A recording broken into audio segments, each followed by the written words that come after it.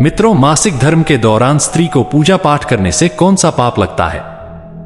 मित्रों, आपने सुना होगा कि जब किसी स्त्री को मासिक धर्म आता है तो उस स्त्री को छूना तक पाप माना जाता है, क्योंकि मासिक धर्म के दौरान स्त्री 3 से 5 दिनों तक आप पवित्र हो जाती है और इन 3 से 5 दिनों के भीतर एक रजस्वला स्त्री को ऐसे कौन से काम है जो नहीं करने चाहिए, जिन करना शास्त्रों में पाप माना गया है।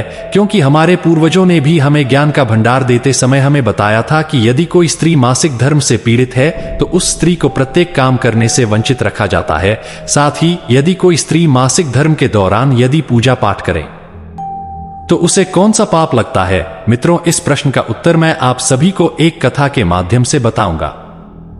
एक बार की बात है, भगवान श्री हरि विष्णु जब देवलोक के आकाश मार्ग में विचरण कर रहे थे तब उनके पास देवलोक की एक अत्यंत ही प्रिय कन्या आ जाती है। वह भगवान श्री हरि विष्णु जी को नमस्कार करती है और कहती है, हे भगवान, मैं आप ही के पास वैकुंठ धाम आ रही थी। अच्छा हुआ जो आप मुझे यही मिल गए। तब भगवान श्री हरि विष्णु जी कहते हैं, बाली के किस प्रयोजन से तुम मुझसे मिलना चाहती थी? तब वह सुंदर कन्या कहती है, हे भगवान, मैं आपके पास अपने एक प्रश्न के निवारण के लिए आ रही थी। अच्छा हुआ आप मुझे यहीं पर मिल गए। तब भगवान विष्णु कहते हैं, ही बाली के कहो, तुम्हारा वह कौन सा प्रश्न है जिसके निवारण के लिए तुम इतना चिंतित हो? तब वह सुंदर कन्या कहती है, हे भगवान, मेरा प्रश्न यह है कि एक रजस्वला स्त्री को पूजा पाठ करने से कौन सा पाप लगता है? मासिक धर्म के दौरान स्त्रियों को भगवान की उपासना करनी चाहिए या फिर नहीं? क्या मासिक धर्म के दौरान प्रत्येक स्त्री को अपने पति से दूर रहना चाहिए या फिर उनके साथ संबंध बनाना चाहिए? वह सुंदर कन्या आगे कहती हैं कि हे भगवान, मैं यह प्रश्न इस वजह से पूछ रही हूं क्योंकि मेरा विवाह हाल ही में होने वाला है। इसलिए मैं चाहती हूं कि यदि मेरे विवाह के पश्चात मेरे पति मासिक धर्म में मुझसे संबंध बनाएंगे तो मैं क्या करूंगी? अगर मुझे शास्त्रों का ही ज्ञान नहीं रहा तो मैं क्या करूंगी? अब भगवान श्री हरि विष्णु कहते हैं, हे कि तुम सच में एक ज्ञान की देवी हो, तुम्हारे अंदर माता सरस्वती का निवास है। इस वजह से ही तुम मुझसे ऐसे प्रश्न कर रही हो और तुमने जो प्रश्न मुझसे किए हैं यह समस्त कलयुग की स्त्रियों के लिए अति आवश्यक है, क्योंकि यह प्रश्न जो तुमने मुझे किए हैं वह सभी के लिए यह अत्यंत दुर्लभ और लाभकारी है। परंतु मैं तुम्हारे इन सभी प्रश्नों का उत्तर एक अत्यंत सुंदर कहानी के माध्यम से दूंगा।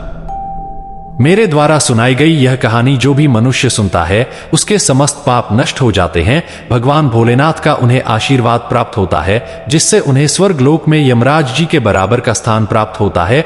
तब वह सुंदर कन्या कहने लगी, हे भगवान, कृपया आप मुझे वह कहानी सुनाइए। मैं इस कहानी को अवश्य पूरा सुनूंगी और मैं इसे पूरे स्वर्ग लोक में विख्यात भी करूंगी। अब भगवान विष्णु कहते हैं, हे बाली के मैं जो तुम्हें कहानी सुनाने जा रहा हूं यह कहानी एक अज्ञानी विवाहित स्त्री सुनंदा की है। तब वह लड़की भगवान विष्णु से कहने लगती है, भगवान, यह सुनंदा कौन थी और उनके जीवन में हुई घटना कौन सी है जिसे आप मुझे बताने वाले हैं? तब भगवान विष्णु कहते हैं, हे बाली, क्या तुम कहानी सुनने के लिए अत्यंत ही उत्सुक हो? चलो मैं तुम्हें वह कहानी सुनाता हूं। अब भगवान विष्णु कहानी को सुनाना आरंभ करते हैं और कहते हैं, हे बाली के प्राचीन काल की बात है। विदर्भ देश में एक धनवान व्यक्ति रहा करता था। उसका नाम श्याम था। उस श्याम के घर पर नौकर चाकर के साथ बहुत बड़ी शान और शौकत थी। वह श्याम इतना धनवान था कि वह चाहे तो 1 साल तक अपने पूरे गांव को बैठा कर खिला सकता था। वह एक राजा के समान ही धनवान व्यक्ति था, परंतु वह राजा नहीं था। श्याम की पत्नी का नाम लक्ष्मी था। श्याम की कीर्ति इसलिए बढ़ रही थी क्योंकि श्याम की पत्नी शास्त्रों के बारे में सब कुछ जानती थी। वह नित्य सुबह उठकर अपने पति की सेवा करती थी, तुलसी को जल देती थी और भगवान की भक्ति उपासना में लीन रहती थी। इसी कारण से श्याम की कीर्ति और भी बढ़ती गई। कुछ दिनों के बाद उन्हें एक सुंदर पुत्र की प्राप्ति हुई। श्याम और लक्ष्मी का पुत्र एक राजकुमार की भांति जान पड़ता था। जब श्याम को पुत्र हुआ तो श्याम और उसकी पत्नी बहुत खुश हुए। अब गांव के सभी लोगों की श्याम ने बड़ी सहायता की थी, इसलिए वह उन्हें पुत्र की बधाई देने के लिए श्याम के घर पर पधारे। वह सभी श्याम के सुंदर पुत्र का गुणगान करते हुए उसे प्रोत्साहन देने लगे। उन सभी लोगों की बातें सुनकर श्याम अपने अंतर्मन से कृतज्ञ हो गया। वह बड़ा ही खुश था। साथ में उसकी पत्नी लक्ष्मी भी अपने अंतर्मन से मंद मंद मुस्कुरा रही थी। अब उन सभी व्यक्तियों के साथ में एक वृद्ध विधवा मां भी आई हुई थी। जब सभी व्यक्ति श्याम को पुत्र होने की खुशी में बधाई दे रहे थे, तभी वह बुढ़िया माई श्याम से कहने लगी है, पुत्र तुम्हारा यह राजकुमार जैसा दिखने वाला बच्चा, इसका नसीब ही खराब है, क्योंकि यह परम तेजस्वी और गुणवान आपकी तरह का ही रहेगा, परंतु इसकी पत्नी के आ जाने के बाद तुम्हारी सारी शानो शौकत सब कुछ मिट्टी में मिल जाएगी है पुत्र। इसीलिए तुम अपने पुत्र का विवाह सब कुछ देखकर सोच समझकर ही करना। उस बुढ़िया माई की ऐसी बातें सुनकर श्याम बड़ा चिंतित हो उठा। आसपास के लोग भी आपस में बात करने लगे। उनमें से एक व्यक्ति ने कहा, यह हमारे जो भी कहती हैं सत्य हो जाता है। जब श्याम ने उस व्यक्ति की बात सुनी तो वह और भी चिंतित हो गया। वह मन ही मन सोचने लगा कि अब क्या होगा। कारणवश मेरे पुत्र की आने वाली पत्नी के अंदर कोई दोष होगा तो मेरा पुत्र सड़क पर आ जाएगा, और यह मैं बिल्कुल भी नहीं चाहता। यह सब सोचते हुए श्याम अपनी पत्नी के पास जाता है और उसे भी यह पूरी घटना कह सुनाता है। जब श्याम की पत्नी लक्ष्मी ने श्याम के मुंह से ऐसी बात सुनी तो वह भी चिंतित हो गई। उसे भी अपने पुत्र के भविष्य की चिंता सताने लगी। इसी तरह कुछ समय बीता तो उसका पुत्र भी अब धीरे धीरे जवान हो चुका था। अब उसकी शादी की उम्र भी हो चुकी थी। जब श्याम ने सोचा कि अपने पुत्र की शादी कर देनी चाहिए तो वह अपनी पत्नी के पास गया और उससे कहने लगा कि हे प्रिय, अब हमारा पुत्र बड़ा हो चुका है और शादी के योग्य भी, क्यों ना हम अपने पुत्र का विवाह करवा दें। परंतु श्याम अंदर ही अंदर घबरा रहा था कि उस बुढ़िया माई ने कहा है कि शादी के बाद उसका पुत्र सड़क पर आ जाएगा, इसका मतलब मेरे द्वारा बनाई गई सारी संपत्ति नष्ट हो जाएगी। इस वजह से ही श्याम ने अपने पुत्र का विवाह शिवपुरी नाम के एक राज्य के राजा के यहां से कर दिया। वह राजा अत्यंत गुणवान था और उसकी कीर्ति चारों तरफ विख्यात थी। श्याम ने सिर्फ उस राजा के ही गुण को देखा था तो उसने सोचा कि यदि पिता के आचरण इतने अच्छे हैं तो उसकी पुत्री के आचरण भी वैसे ही होंगे। परंतु ऐसा बिल्कुल भी नहीं था। राजा की पुत्री के आचरण बिल्कुल राजा की पत्नी के आचरण के थे। राजा की पुत्री का नाम सुनंदा था। राजा की पत्नी एक गंदे आचरण वाली स्त्री थी।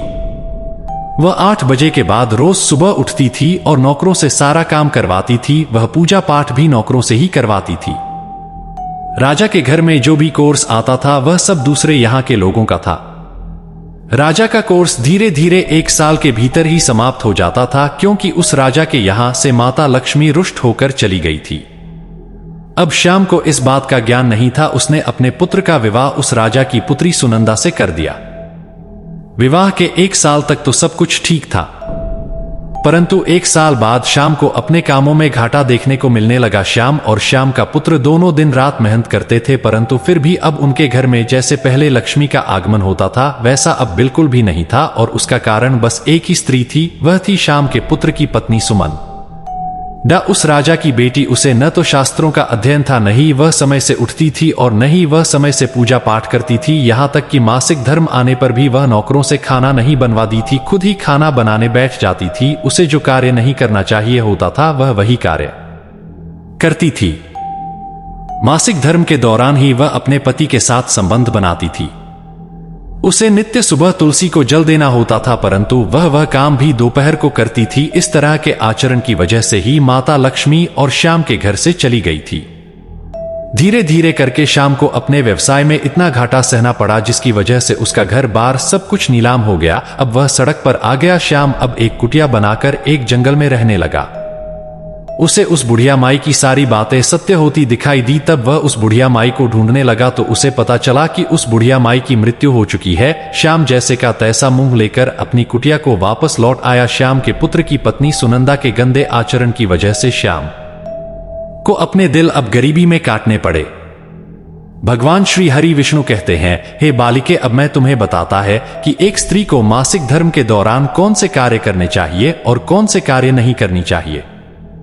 भगवान विष्णु कहते हैं, हे बालिके, एक रजस्वला स्त्री को मासिक धर्म के दौरान पूजा पाठ नहीं करना चाहिए, इससे उसे दोष लगता है। यहां तक कि माता लक्ष्मी उससे रुष्ट होकर उसके घर से प्रस्थान कर जाती है। रजस्वला स्त्री को मासिक धर्म के दौरान कभी भोजन नहीं बनना चाहिए, क्योंकि मासिक धर्म के दौरान स्त्री 3 से 5 दिनों तक पवित्र हो जाती है। अगर कोई स्त्री मासिक धर्म के दौरान यदि भोजन पकाती है और सभी के साथ बैठकर खाती है तो भी माता लक्ष्मी उससे रुष्ट हो जाती है। मासिक धर्म के दौरान स्त्री को अपने पति के साथ संबंध नहीं बनाना चाहिए। इससे पति का स्वास्थ्य खराब होता है तथा उसकी मृत्यु की आशंका बनी रहती है। जो भी स्त्री मासिक धर्म के दौरान अपने पति के साथ संबंध बनाते हैं वह नरकगामी होती है। इसलिए ही बाली के स्त्री को पूजा पाठ, अपने पति के साथ संबंध और खाना, इन 3 चीजों को बिल्कुल भी नहीं करना चाहिए। यदि कोई स्त्री मासिक धर्म से पीड़ित है तो वह भगवान का स्मरण कर सकती है परंतु और कोई काम नहीं कर सकती। इससे उसे स्त्री को दोष लगता है और माता लक्ष्मी भी उससे रूठ जाती है। अब भगवान विष्णु कहते हैं कि अगर कोई स्त्री मेरे द्वारा बताए बातों पर अमल करेगी तो उसका अवश्य ही उसका कल्याण होगा, अन्यथा आप सभी का हाल भी सुनंदा के जैसा ही उसका भाग्य जो जाएगा और वह परिवार बर्बाद हो जाता है। अब भगवान विष्णु कहते हैं कि है बाली के तुम अपने जीवन में ऐसी गलती मत करना। तब वह दिव्य सुंदर कन्या बोलती है कि हे भगवान, मैं ऐसी कोई भी गलती ना करो, इसी वजह से मैं आपके पास आ रही थी। हे भगवान, आपने आज जो मुझे यह ज्ञान दिया है यह सर्व ज्ञान संपन्न है। आपका मुझे इस ज्ञान का अवलोकन करने के लिए धन्यवाद और आपके द्वारा सुनाई गई कथा को मैं पूरे देवलोक में विख्यात करूंगी। मित्रों, रजस्वला स्त्री को मासिक धर्म के दौरान इन बातों का अवश्य ध्यान रखना चाहिए, अन्यथा श्याम के जैसे आप भी गरीब और लाचार बन जाएंगे। मित्रों, आपको जो हमने यह कथा सुनाई है आपको कैसी लगी हमें कमेंट करके अवश्य बताना। और इस वीडियो में आप सभी लोग जय मां लक्ष्मी जय श्री हरि विष्णु का कमेंट अवश्य कर देना। साथ ही इस वीडियो को उन सभी औरतें तक शेयर करें जिससे इस वीडियो की सबसे ज्यादा जरूरत है, जिससे वह ऐसा को कम करने से बच सके। मित्रों, आप सभी ने यदि हमारे चैनल की सदस्यता नहीं ली है तो आप सभी लोग हमारे चैनल को सब्सक्राइब जरूर करें। धन्यवाद।